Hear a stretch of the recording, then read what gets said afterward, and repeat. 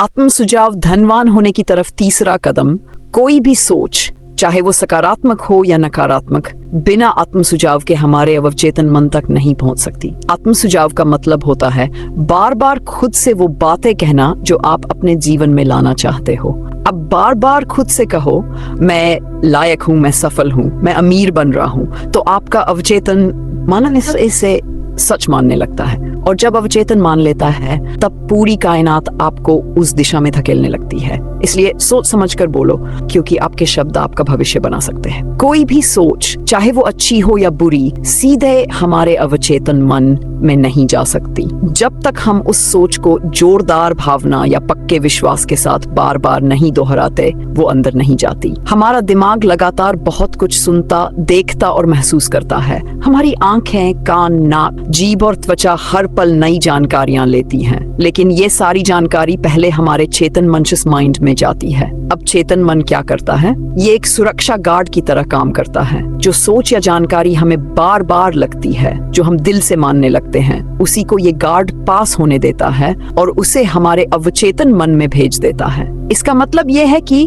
हर सोच पहले फिल्टर होती है। जो हमें सच्ची लगती है, जो हम बार बार सोचते हैं, वही हमारे अवचेतन मन में घर बना पाती है। मान लो किसी ने तुम्हें एक बार कह दिया, तुम कुछ नहीं कर सकती। अगर तुम उसे सिर्फ एक बार सुनकर भूल जाओ तो वो बात तुम्हारे अंदर नहीं जाती। लेकिन अगर तुम बार बार वही बात सोचती हो, दुखी होती हो और महसूस करती हो कि शायद मैं वाकई कुछ नहीं कर सकती, तो वह सोच धीरे धीरे अवचेतन मन में बैठ जाती है और फिर वो तुम्हारे आत्मविश्वास को अंदर से कमजोर करने लगती है। ठीक उसी तरह अगर तुम किसी अच्छी बात को रोज सोचो, जैसे मैं मजबूत हूँ, मैं काबिल हूँ, और इसे दिल से महसूस करो, तो वह सोच भी अंदर बैठ जाती है और तुम्हारे व्यवहार और फैसलों को पॉजिटिव बना देती है। प्रकृति ने इंसान को इस तरह बनाया है कि वो अपनी पांचों इंद्रियों, आंख, कान, नाक, जीभ और त्वचा के जरिए अपने अवचेतन मन तक जाने वाली जानकारी पर पूरा नियंत्रण रख सकता है। साधारण भावहीन शब्द हमारे अवचेतन मन को प्रभावित नहीं कर सकते। अब तब तक कोई भी सराहनीय या बड़ा परिणाम हासिल नहीं कर पाएंगे जब तक कि आप अपने विचारों या बोले गए शब्दों को विश्वास और गहरे भावों से भरकर अपने अवचेतन मन तक पहुंचाना नहीं सीख लेते। सिर्फ बोले गए या सोचे गए शब्द हमारे अवचेतन मन को तब तक प्रभावित नहीं करते जब तक उनमें विश्वास और भावना ना हो। जब तक हम अपने शब्दों और विचारों को दिल से महसूस करके पूरे यकीन के साथ नहीं बोलते या सोचते, तब तक वे हमारे अंदर कोई बड़ा बदलाव नहीं ला सकते। इसलिए अगर आप चाहते हैं कि आपके विचार आपके अवचेतन मन तक पहुंचें और आपकी जिंदगी में असर दिखाएं, तो आपको उन्हें गहराई से महसूस करना और विश्वास के साथ दोहराना सीखना होगा। जब आप पहली बार अपने अवचेतन मन को प्रभावित करने की कोशिश करते हैं, तो हो सकता है कि आप अपनी भावनाओं को ठीक से नियंत्रित या दिशा नहीं दे पाए, लेकिन इससे हताश मत होइए। याद रखिए, कुछ भी न होने से कुछ थोड़ा होना भी बेहतर होता है। अपने अवचेतन मन तक पहुंचने और उसे बदलने की एक कीमत होती है, और अगर आप सच में इसे पाना चाहते हैं तो वो कीमत चुकानी ही होगी। अगर आपकी इच्छा सच्ची है तो आप खुद को धोखा नहीं दे सकते। अवचेतन मन को प्रभावित करने की शक्ति कोई साधारण चीज नहीं है, इसे हासिल करने की कीमत है। इन सिद्धांतों को मेहनत, धैर्य और ईमानदारी से अपनाना। आप इससे कम कीमत में ये शक्ति नहीं पा सकते, और ये भी आपको ही तय करना होगा कि जिस इनाम को आप पाना चाहते हैं, जैसे धन की चेतना, सफलता या सपनों की जिंदगी, क्या वो वाकई उस मेहनत और कीमत के लायक है जो आपको चुकानी पड़ेगी। सिर्फ बुद्धि और चालाकी से आप धन को आकर्षित नहीं कर सकते। कुछ बहुत ही दुर्लभ मामलों को छोड़कर ज्यादातर मामलों में ऐसा नहीं होता। धन को आकर्षित करने और उसे बनाए रखने के लिए सिर्फ औसत समझदारी, औसतन भरोसा करना पर्याप्त नहीं है। जो विधि यहाँ बताई गई है, धन को आकर्षित करने की ये विधि, ये किसी एक खास व्यक्ति के लिए अलग और किसी दूसरे के लिए अलग नहीं होती। जहाँ असफलता होती है, वहाँ दोष विधि का नहीं होता, बल्कि उस व्यक्ति का होता है जो उसे सही ढंग से अपनाने में नाकाम रहा। अगर आपने कोशिश की और सफलता नहीं मिली, तो फिर से कोशिश कीजिए, और अगर तब भी नहीं मिली तो एक बार फिर कोशिश कीजिए, जब तक कि आप सफल न हो जाएं। आत्म सुझाव के सिद्धांत का उपयोग करने की आपकी क्षमता इस बात पर निर्भर करती है कि आप किसी एक इच्छा पर कितनी देर तक लगातार ध्यान केंद्रित कर सकते हैं, जब तक कि वह इच्छा आपके भीतर एक जबरदस्त जुनून न बन जाए। यानी आपकी सफलता इस पर टिकी है कि क्या आप अपनी चाहत को इतना गहरा और लगातार सोच सकते हैं कि वह सिर्फ एक ख्याल न रहकर आपके दिल का जुनून बन जाए। सबसे महत्वपूर्ण बात यह है कि हमारा अवचेतन मन किसी भी आदेश को तब स्वीकार करता है जब वह आदेश पूर्ण विश्वास और भावना के साथ बार बार दोहराया गया हो। हालांकि ये आदेश चेतन मन द्वारा समझे जाने से पहले भी अवचेतन मन में पहुंच सकता है, लेकिन इसके लिए जरूरी है कि उसे भावना और विश्वास के साथ लगातार दोहराया जाए। अब जरा इस बात पर सोचिए कि क्या आप अपने अवचेतन मन को धोखा दे सकते हैं? अगर आप वाकई विश्वास करते हैं कि जितना पैसा मैं देख रहा हूँ वह मेरे पास होना चाहिए, वह धन मेरा है और वह मेरे दावे का इंतजार कर रहा है, तो इस विश्वास के जरिए आप अपने अवचेतन मन तक इस सोच को वैध और असरदार रूप से पहुंचा सकते हैं। इसके बाद अवचेतन मन खुद ही आपको व्यवहारिक योजनाएं और रास्ते सुझाएगा जिनसे आप उस धन को पाने के योग्य और सक्षम बन सकें। पिछले अनुच्छेद में जो बातें बताई गई थी, अब जरा उन्हें अपनी कल्पना में लाकर सोचिए। अपनी आंखें बंद कीजिए और कल्पना कीजिए कि आपकी इच्छा पहले ही पूरी हो चुकी है। अब अपने मन से ये पूछिए, अगर मेरा सपना सच हो चुका होता तो मैं क्या करता? मुझे कौन कौन से कदम उठाने पड़ते? मेरी जिंदगी कैसे दिखती? जब आप बार बार इस तरह कल्पना करते हैं तो आपका मन धीरे धीरे हकीकत में बदलने लायक योजनाएं बनाना शुरू कर देता है। यानी आपकी कल्पना अब सिर्फ सपना नहीं रहती, वह एक औजार बन जाती है जो आपको ये बताती है कि आप कैसे अपनी सोच को धन और सफलता में बदल सकते हैं। तो बस कल्पना करते रहिए, खुश रहकर पूरी भावनाओं के साथ, और अपने मन को ये सिखाए कि हाँ, यही मेरी सच्चाई बनने वाली है। एक निश्चित योजना का इंतजार मत कीजिए। मत सोचिए कि जब तक कोई साफ साफ योजना नहीं बनती तब तक मैं कुछ नहीं करूंगा। अगर आपने अपने मन में ये ठान लिया है कि आपको पैसे कमाने हैं तो अभी से खुद को उस धन के योग्य मानना शुरू कर दीजिए। जब आप ऐसा सोचते हैं तो आपका अवचेतन मन, सबकॉन्शियस माइंड, आपके लिए ऐसी योजनाएं तैयार करना शुरू कर देगा जो उस पैसे को पाने की ओर आपको ले जाएंगी। आपका काम है सतर्क रहना। जब ये योजनाएं आपको दिखें या महसूस हो तो तुरंत उन्हें कार्रवाई में बदल दीजिए। कई बार ये योजनाएं किसी छठी इंद्रिय प्रेरण के रूप में आती है, जैसे कोई अंदर से अचानक कहता है यही करो। इस प्रेरणा को एक खास संदेश या ईश्वरीय टेलीग्राम की तरह समझिए। इसे पूरी गंभीरता से लीजिए और जैसे ही ये मिले उस तुरंत काम करना शुरू कर दीजिए। अगर आपने ऐसा ना किया, यानी उस प्रेरणा को नजरअंदाज किया, तो आपकी सफलता के रास्ते में यही सबसे बड़ी रुकावट बन सकती है। 6 चरणों में से चौथा चरण यह कहता है कि आपको अपनी इच्छा को पूरा करने के लिए एक निश्चित योजना बनानी है और इस योजना को तुरंत एक ही बार में कार्रवाई में बदल देना है। इस निर्देश का पालन आपको उसी तरह करना है जैसे पिछले अनुच्छेद में बताया गया था। जब आप अपने धन कमाने की योजना बना रहे हो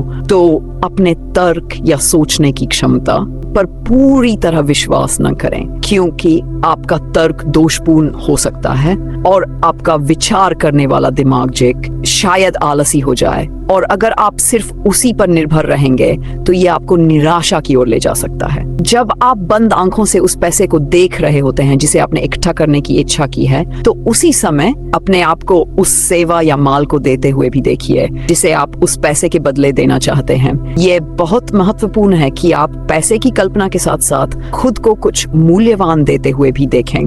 निर्देशों का सारांश यह है, जब आप इस ऑडियो बुक को सुन रहे हैं तो इसका मतलब है कि आप ईमानदारी से ज्ञान की तलाश कर रहे हैं। ये भी एक संकेत है कि आप इस विषय के एक विद्यार्थी हैं। अगर आप सच में एक विद्यार्थी हैं तो आपके पास ये सुनहरा मौका है कि आप बहुत कुछ सीख सकते हैं, लेकिन आप तभी सीख पाएंगे जब आप ये मानें कि आप सब कुछ नहीं जानते।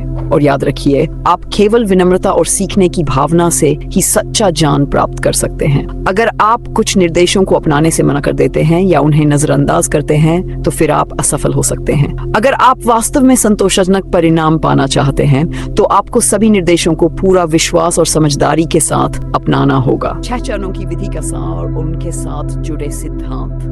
सबसे पहले किसी शांत और आरामदायक जगह पर जाएं जहां रात को आपको कोई परेशान न करे। बिस्तर पर लेटकर अपनी आंखें बंद करें। फिर उस धन की राशि को जिसे आप जमा करना चाहते हैं अपने मन में स्पष्ट रूप से सोचें। साथ ही उस धन के बदले में आप जो सेवा या माल देना चाहते हैं उसका भी पूरा विवरण अपने लिखे हुए बयान के रूप में जोर से दोहराएं, इतनी जोर से कि आप खुद अपने शब्द सुन सकें। जब आप इन निर्देशों का पालन करेंगे तो अपने आप को पहले से ही पैसे वाला और उस धन का मालिक मानकर देखें। उदाहरण के लिए मान लीजिए कि आप ये तय करते हैं कि अब से ठीक 22 साल बाद, यानी जनवरी की 1 तारीख तक आपके पास 50 लाख रुपए जमा हो जाएं। आप ये तय करते हैं कि इस पैसे के बदले में आप एक विक्रेता सेल्समैन के रूप में व्यक्तिगत सेवाएं देंगे। तो आपके उद्देश्य का लिखा हुआ बयान कुछ इस तरह होना चाहिए। जनवरी 19 की पहली तारीख तक मेरे पास कुल 50 लाख रुपए होंगे। ये पैसा मेरे पास समय समय पर अलग अलग मात्रा में आएगा।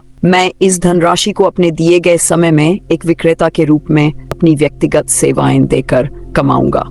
इस पैसे के बदले में मैं जो सेवा या सामान दूंगा उसका वर्णन मैं एक विक्रेता के काम करूंगा और जो कुछ भी बेचने का इरादा रखता हूं उसे पूरी क्षमता और सबसे अच्छी गुणवत्ता के साथ लोगों को प्रदान करूंगा। मैं वादा करता हूं कि मैं सबसे बेहतरीन सेवा दूंगा जिसमें मैं सक्षम हूं।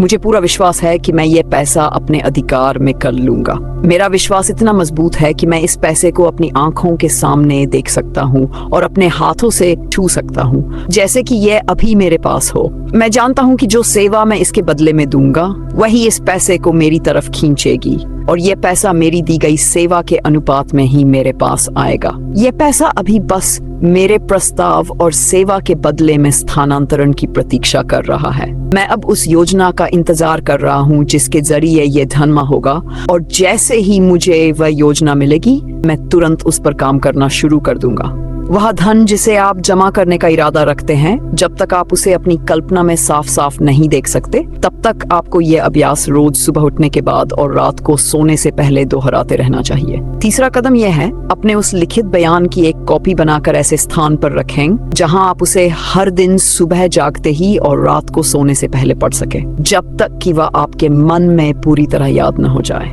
याद रखें, जैसे ही आप इन निर्देशों को अपनाते हैं आप अपने अवचेतन मन को आदेश देने के लिए आत्म सुझाव के सिद्धांत का उपयोग कर रहे होते हैं। ध्यान रखें कि आपका अवचेतन मन केवल उन्हीं आदेशों पर कार्य करेगा जो भावनात्मक होते हैं और जिन्हें संवेदना के साथ भेजा गया हो। आस्था सबसे मजबूत और सबसे अधिक उत्पादक शक्ति है। ये निर्देश पहली बार में अमूर्त लग सकते हैं, लेकिन अपने आप को परेशान मत होने दीजिए। निर्देशों का पालन करें बिना इस बारे में चिंता किए वे पहली बार में कितने अमूर्त या अमूर्त व्यवहारिक सकते हैं। यदि आप भावना के साथ काम करते हैं तो वह समय भी जल्द ही आएगा जब शक्ति का एक पूरा नया ब्रह्मांड आपके सामने प्रकट होगा। हर नए विचार पर पहले अविश्वास होना इंसानों की एक सामान्य आदत है, लेकिन अगर आप ऊपर दिए गए निर्देशों का ईमानदारी से पालन करते हैं तो आपका ये शक धीरे धीरे विश्वास में बदल जाएगा और जब विश्वास मजबूत होगा तो वह पूरी आस्था पक्के यकीन में बदल जाएगा। उस वक्त आप उस मुकाम पर पहुंच जाएंगे जहां आप पूरे भरोसे के साथ कह पाएंगे, मैं अपने भाग्य का मालिक हूँ, मैं अपनी आत्मा का कप्तान हूँ। कई महान विचारकों ने कहा है कि इंसान अपने जीवन और भाग्य का मालिक होता है, लेकिन ज्यादातर लोग ये ठीक से नहीं समझा पाए कि इंसान मालिक क्यों होता है। इस अध्याय में इसका साफ और विस्तार से जवाब दिया गया है। इंसान अपनी जिंदगी की स्थिति और खासतौर पर अपनी आर्थिक स्थिति का मालिक बन सकता है क्योंकि उसके पास एक अनोखी ताकत है। वो अपने अवचेतन मन सबकॉन्शियस माइंड को प्रभावित कर सकता है और जब इंसान अपने अवचेतन मन को सही दिशा में निर्देश देता है तो वह अनंत बुद्धि से जुड़ जाता है। यही कारण है कि इंसान अपने जीवन और हालात का मालिक बन सकता है। आपको ये वीडियो पसंद आया हो तो लाइक जरूर करें और नीचे कमेंट में बताएं कि आपको इस वीडियो से क्या सीखने को मिला। आपका एक छोटा सा कमेंट हमें और बेहतर बनाने की प्रेरणा देता है। और हाँ, अगर आप मन की शक्ति, सोच की ताकत और लक्ष्य को हकीकत में बदलने वाले माइंडसेट को समझना चाहते हैं तो अभी हमारे चैनल माइंडसेट मोटिव को सब्सक्राइब करें और बेल आइकन दबाना न भूलें ताकि अगले भाग की सूचना आपको सबसे पहले मिले। अगले पार्ट में हम बात करेंगे उस असली सूत्र की जो आपको सिर्फ सोचने से हासिल करने की ताकत तक ले जाता है। यह सिर्फ एक वीडियो नहीं, ये एक नया नजरिया है, एक माइंडसेट रेवोल्यूशन है। तो जुड़े रहिए क्योंकि अगला पार्ट आपकी सोच के साथ आपकी जिंदगी भी बदल सकता है।